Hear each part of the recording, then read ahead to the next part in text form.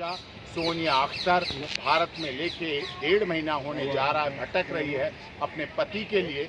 इस पर सख्त से सख्त एक्शन होना चाहिए। रजिस्ट्रेशन के आधार पर इसको पति मिले, बच्चे के अधिकार मिले।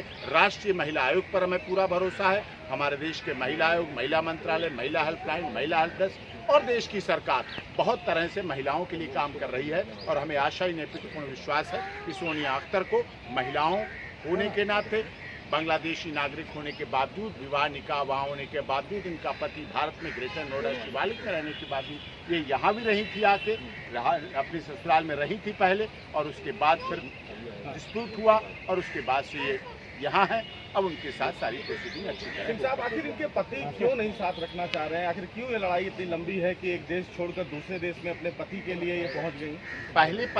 पहले तो उन्होंने अपनी पहली पत्नी को मृत घोषित कर दिया। 20 साल के लड़के हैं दो, उनको मृत घोषित कर दिया। बांग्लादेश में जाके इनसे अपने आप इस्लाम धर्म ग्रहण किया, इनको अफेक्ट करने के लिए, प्रभावित करने के लिए।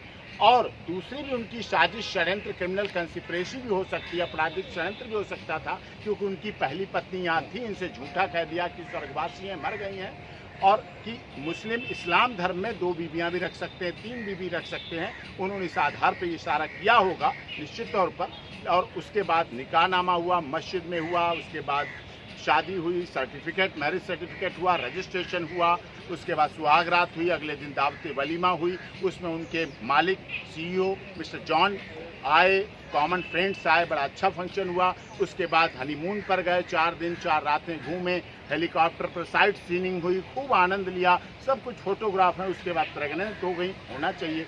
प्रेगनेंसी के बाद उनका काफ़ी देखभाल की, नौकरी छुड़वा दी सोनिया अख्तर की, फिर मेड लगाई, सब कुछ किया, अच्छे से अच्छे हॉस्पिटल में उसको रखा। और उसके बाद उस समय सोनिया अख्तर और उसके बच्चे की डिलीवरी भारत में हो, इसके लिए सौरभ ने भी वीज़ा लगवाया, और वीज़ा है ऑन रिकॉर्ड, हमने वो भी नेशनल कमीशन फॉर वुमेन में दिया। इसका मतलब पूरी तरह से इच्छुक थे, लेकिन डॉक्टरों का क्रिटिकल केस है। फिर बाद में सिजेरियन हुआ, ढाका के बेस्ट हॉस्पिटल में ट्रीटमेंट कराया, बच्चे के साथ रहे, खाने पीने रहने के। और जब बच्चों को डिलीवरी होने के बाद डॉक्टरों ने दिया तो सबसे पहले गोद में लिया, सब कुछ रहा। 4 बार यहाँ वाली पत्नी भारत से ढाका रह चुकी थी, इनके साथ जाके रही हैं, बच्चे को भी लेके गई हैं, इनके फोटोग्राफ हैं, सब कुछ है, सारे सबूत, सारे तथ्य हमने नेशनल कमीशन फॉर वुमेन को सौंप दिए हैं और वहाँ से अगली प्रोसीडिंग हो रही है। सोनिया, आप ये बताइए, बांग्लादेश से आप आई, भारत में लगभग लगातार 1.5 महीने हो गए हैं। भारत के प्रधानमंत्री के द्वारा अब पूरे मामले में कार्रवाई